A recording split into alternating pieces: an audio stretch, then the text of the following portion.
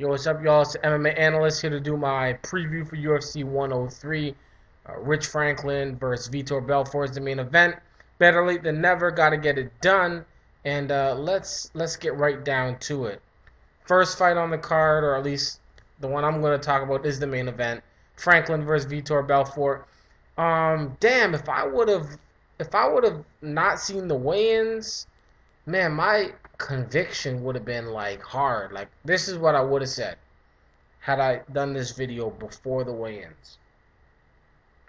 I'd have been like, yo, man, under 3 minutes, son, knockout.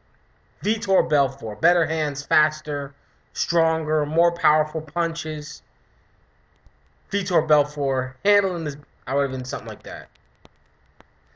Then Vitor Belfort came in, couldn't weigh in under 195, didn't look the way he used to. And by used to, I just mean in his last bunch of fights. A lot of people are talking about, like, Vitor Belfort, how he used to look, back in, like, however. I think in his last few fights, he's looked as good as he's ever looked. So I was thinking, if that guy comes up, and if that guy shows, it shows up to fight Rich Franklin in the UFC, I was 100% sure that that guy would knock out Rich Franklin within the first round. And that's because Rich Franklin does like to stand. He's not going to have any problem standing. And recently, he's been getting touched by a lot of fighters. A lot of guys have been reaching that Rich Franklin head. And the ones like, not many of them had hands that were like as straight down the pipe. Bam, bam, they come straight out. Randomly, he's like way over here, and he still hit him a few times. And I mean, Anderson Silva, that's a little different. But Dan Henderson touched him up. Dan Henderson only got one hand, so somebody like Vitor Belfort with his hands and his hand speed and his power, I was pretty sure that Vitor Belfort will come in here and handle business. But coming in a little bit overweight, and by overweight, we ain't talking about like MMA analyst type. We talk about fighter overweight. So he literally just, didn't look totally in shape. I'm still going to have to say that can't be the reason I switched my pickup. So I'm still going to say Vitor Belfort. Recently, he knocked out. He like knocked out. I don't mean like out, like unconscious. I mean out of the building. He knocked Matt Lindland outer body experience. He knocked him out of his mind. You know what I mean? Out of control. Outrageous. Knocked him out. At Affliction 2 of 2. I was there. I saw that. I thought I saw the first death ever in America. Actually, not the first death ever, but definitely on a big card. I thought I saw the first death ever, and luckily, he was all right. We saw what he did to Terry Martin, James Zikic, Ivan Serrati, and that's his 4-fight winning streak. He lost to Dan Henderson in like 2006. He had a horrible run from oh man, he was losing to everybody. Alistair Overeem twice, Chuck Liddell, Randy Tito, everybody was beating him.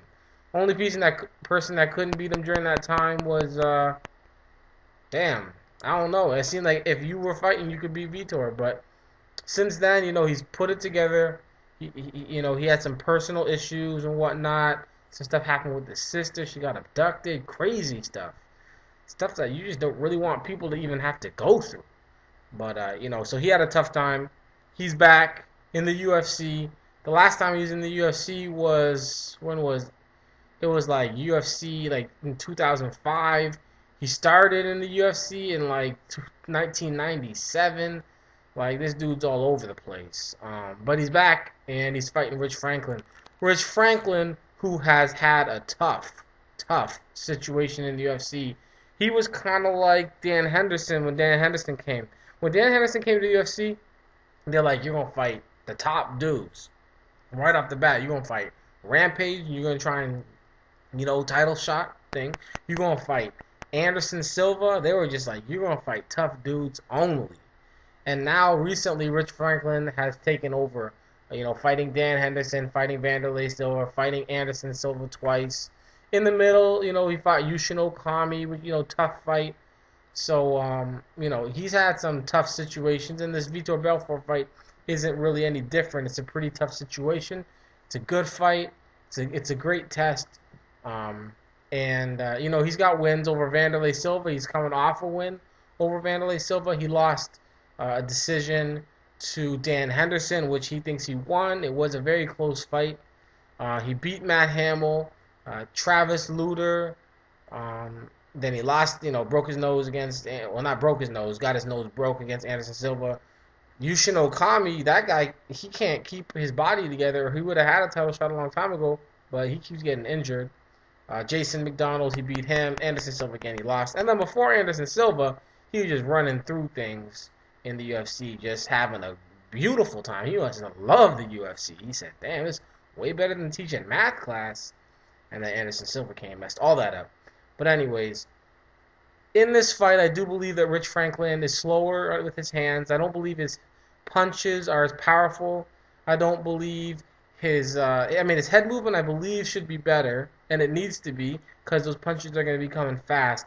I don't think the fight's going to go to the ground. I think it's going to be a pretty good battle. If Rich Franklin can do what he's done in his last few fights and take this to a decision, he just may win a decision. Just by possibly Vitor Belfort not being in complete shape, not being ready to rock, for 15 minutes.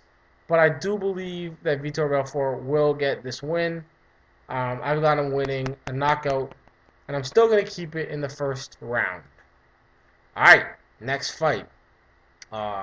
We got Mirko Cro Cop versus Junior Dos Santos. Originally, I thought I was like, as soon as I heard this fight was going down, I was like, I really want Cro Cop to do well in the UFC. He's already done poor, left, didn't do anything special anywhere else. Now he's back. And I really kind of wanted to see, Cro Cop do his thing. And then I was like, you know what? I don't really see a lot of dudes that Cro Cop's beating. I don't really know if he'll beat, Carwin. I don't think he'd beat Lesnar anymore. I don't think, I don't know what he'd do against, well, if Cain Velasquez decided to stand up and take one of those kicks to the head, then he definitely can beat Cain Velasquez. But I don't know if he'd beat Cain Velasquez if he came with a smart game plan. If he fought Gonzaga again, I don't know if he'd beat Gonzaga again. It's just I don't even know if he'd beat Congo if they fought again. I don't see him beating a lot of guys in the UFC heavyweight division. And one of the guys I don't see him beating, and I didn't see him beating as soon as they said this fight was going down, was Junior Dos Santos. I said, this guy's going to be bigger than him. He's got good hands. He's powerful. He's young. He's hungry. He's eager. He's a whole lot of other stuff that makes my head nod like this. I can just keep going and just doing right here like this. Maybe we get a head shake in, make it look like hip-hop, like I'm listening to a beat. Doom, doom, doom. Anyways. And I thought I was like a genius or something. And I might not be, because he might go out there and get his head knocked off. By his, I'm talking about Dos Santos might get his head knocked off. But I thought, yo, man, I'm going to have the underdog bet on this one. And then everybody started saying that Dos Santos was going to win this. And then Vegas odds came out and Cro Cop's the underdog. I'm like, well, damn. Everybody thinks Cro Cop's going to lose this one. Cro Cop just has not been the same. We don't need to get into his wins or his losses. We just need to know that at one point he was, only dudes that were better than him were Fedor and Nogueira. And then he won the Grand Prix, and then he fell the F off. Came over to the UFC, got 2 easy fights, and got knocked out in one of them. At the time, they were supposed to be easy. It was really Gonzaga. Then he fought, got his balls all kneed up by Congo. Special move. It's Congo's. He's like, if you press like the special powers button in the video game, he'll knee you in the balls. And then, damn, he just never looked good. Went over to Japan, fought like little ass Mizuno, got kneed in the balls again against Overeem, but Overeem was smashing him everywhere else too. So he just said, let me include every area of your body. We'll go head right down to the body. We won't include the nuts. So he just hasn't looked good. Came back, Mustafa Al Turk. He's supposed to be like doing his thing against Mustafa Al Turk. Wasn't really impressive there either. And then he poked him in the eye, so he must have been training with Chuck, with that thumb poke. So he just hasn't looked good. I don't like saying it because I want the dude to win. I would like to see him pull off some kind of like title run.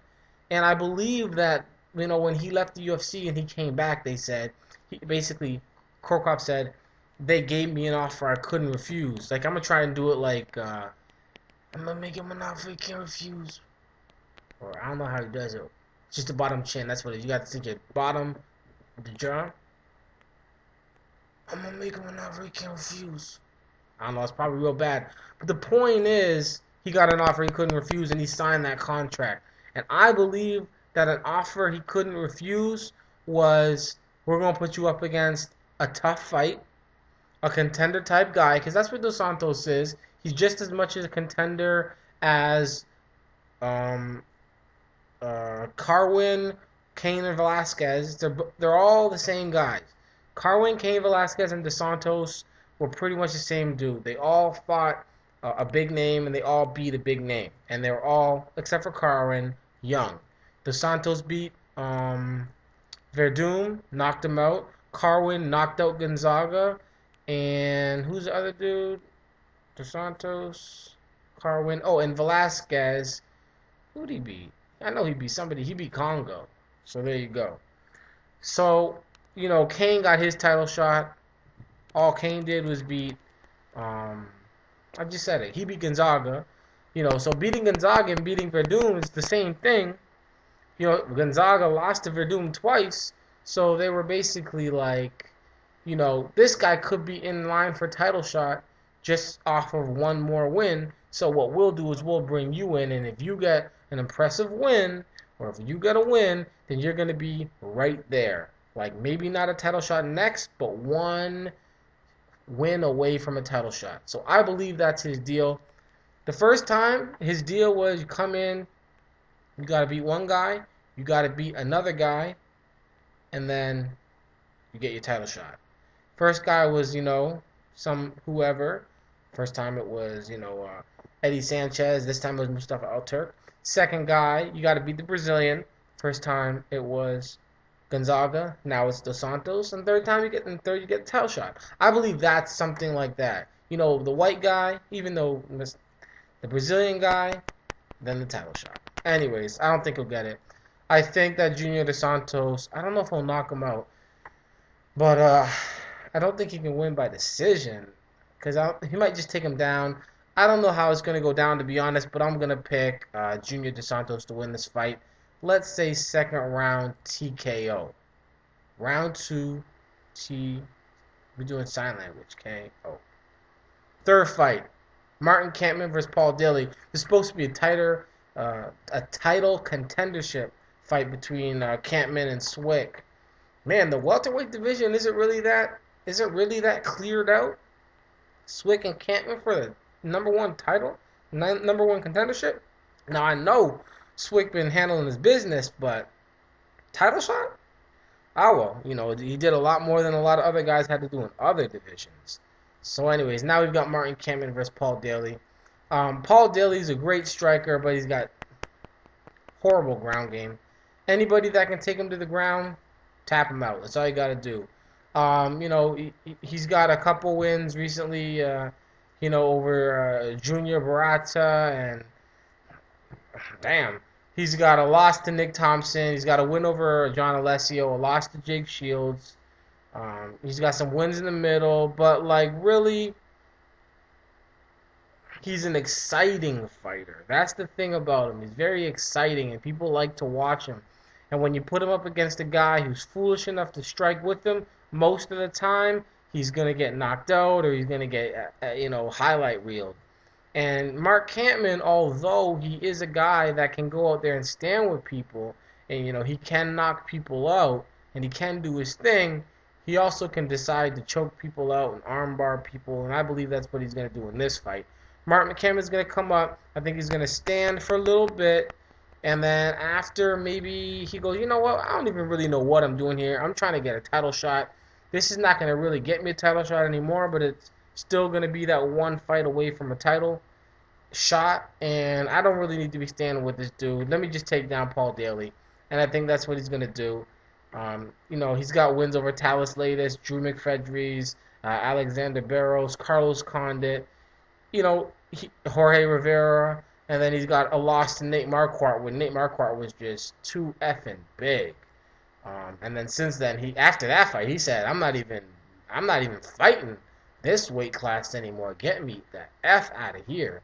So I think Martin Kamen's smart enough to go out there and get this fight to the ground. And I believe that he'll submit Paul Daly in the second round. If not submit in the second round, then he'll beat him by decision. Get him on his back, lay on him, elbow him, handle business. Josh Koscheck versus Frank Trigg. Frank Trigg's back after being a Pride commentator, after being like the guy that Dana White hated more than anybody, except for like maybe Frank Shamrock. It was like the list of people that Dana White hated. It was like in the top 5. You had Matt Lindland. You had Frank Shamrock, which he was like number 1 or number 2. Then you had Frank Trigg. He might have been number 3 or number 4. You had Josh Barnett.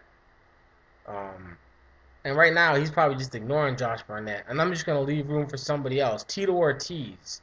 So it probably goes like this. Tito Ortiz, number 1. Couldn't stand Tito the most.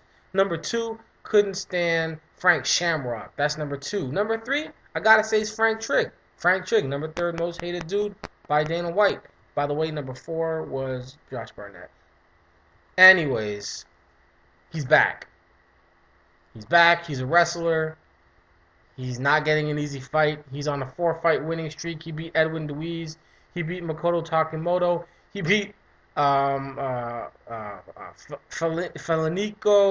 Vitali, Danny Babcock. Don't worry about that. And before that, he lost to Robbie Lawler. He also beat Jason Mayhem Miller. He beat Kazuo Masaki. So he was doing his thing. But the last time he fought in the UFC was against George St. Pierre. The fight before that was what I say one of the best fights of all time. What the UFC dudes, they want to say it's number 3. I can't really argue. Was Matt Hughes versus Frank Trigg, number 2. And then before that, whatever. But so he hasn't been in the UFC since 2005. He's done a lot of stuff since then, and now he's back. And he's fighting Josh Koscheck. And this is going to be a fight about a younger, faster, I don't know if he's stronger, but he's a better striker now. He's pretty much going to be everything better, I would say. The only thing he doesn't have more of is maybe experience. I'm going to give this fight to Josh Koscheck. I don't know if we need to talk about it a lot. Josh Koscheck, I believe, wins this by decision. I believe he gets the fight wherever he wants. If he wants to take it to the ground, he will. If he wants to stuff takedowns and beat him on the feet, he will. I've got Koscheck winning this fight by a unanimous decision. I don't know if we really need to get into that one too deep. Next, we've got Tyson Griffin versus Hermes Franca. Hermes Franca, he's been really up and down. He was doing his thing. He had the win over Nate Diaz, Spencer Fisher. He lost to Sean Shirk, and then they both tested positive. They must have done the roids together. But, sorry, Shirk says he didn't do it. Frank Edgar, after that, he lost to Frank Edgar, and then he beat Marcus Aurelio. I believe Marcus Aurelio is cut now. He's had definitely a very tough time in the UFC when it comes to just competitors. Tough guys all the way through. Now he's fighting Tyson Griffin. Hermes Franca, he's got 11 wins by submission, 6 by knockout. He's got a chin like crazy. If you haven't seen or if you don't remember the knees that wait.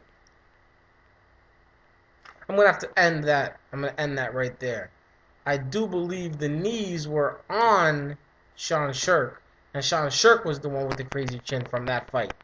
But Hermes Franca, regardless, um, out of all of his losses, he is only lost by KO or TKO maybe once. One time he got knocked out, and that was back in 2005. And since then, if he lost, it's going to be by decision. So, anyways, Hermes Franca versus Tyson Griffin. Tyson Griffin, another dude who's had the 155 weight class is stacked as it is. He also beat Marcus Aurelio. He beat Gleison Tibau, probably the biggest 155er in the UFC. He beat Thiago Tavares, and then he lost to Sean Shirk. He beat Rafael dos Anjos in a very good fight. And now he's going to fight Hermes Franca. Tyson Griffin, he got 13 wins, 2 losses. Vast majority of his wins are by decision. All of his wins in the UFC are by decision. I don't think anything's going to change. Tyson Griffin, I think, will get a 3-round unanimous decision over Hermes Franca. So on the main card, we're looking at Josh Koscheck decision win. We're looking at Tyson Griffin with a decision win. Martin Kampmann most likely getting a decision win. Junior Dos Santos possibly getting a decision win. And then if Rich Franklin wins, I believe it'll be a decision. This could be a decision fest, y'all. It could be a decision fest. Don't think things are going to be fast. I don't think they will. On the undercard, I'll run through this real quick. Cole Miller versus Efrain Escudero. I think Cole Miller is the underdog in this fight. And if y'all bet on MMA, put the money down. Put it down quick. I do believe Cole Miller will win this fight. I don't know what's going on. Just get while the getting's good. Drew McFedries versus Thomas Sodral. This is a tough one because both these guys got heavy hands. Both these guys are going to come out. Drew McFedries, normally if somebody wants to stand with him, he can bang with them. I'm going to pick Drew McFedries, even though deep down inside I'm kind of feeling like it could be Thomas Draw. I'm going to say Drew McFedries just because he's had tougher guys to fight. He's beat tougher guys. And I'm just going to go with Drew McFedries. Jim Miller versus Steve Lopez. I'm picking Jim Miller.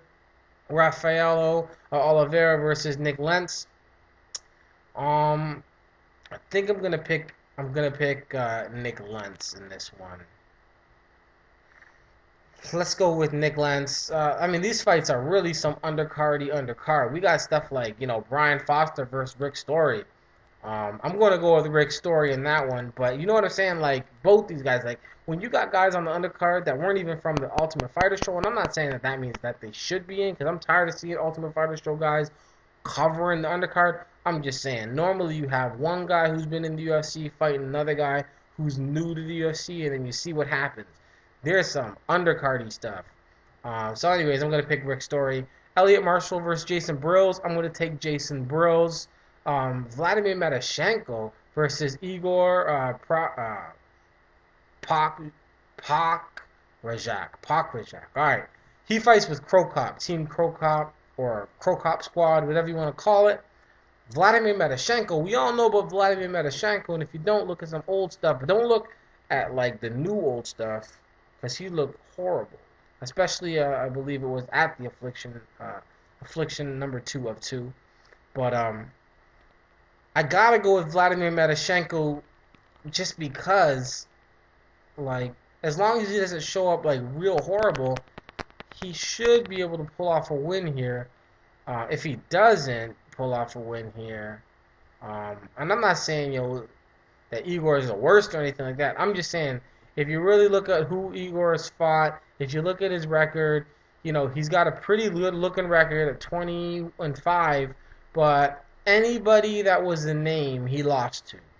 Anyone that was a name. He fought a lot of fights over in Europe, a lot of fights in Croatia, a lot of fights against guys that are none too impressive. So I gotta say that Vladimir Medashenko should be able to take care of him. And then at the bottom, we've got Rob Emerson versus Rafael dos Anjos. I gotta pick Rafael dos Anjos by a decision. Before this whole preview or whatever of UFC 103, I thought it was a pretty good looking card. Now, really taking a look deep into it, don't know if it's pretty good.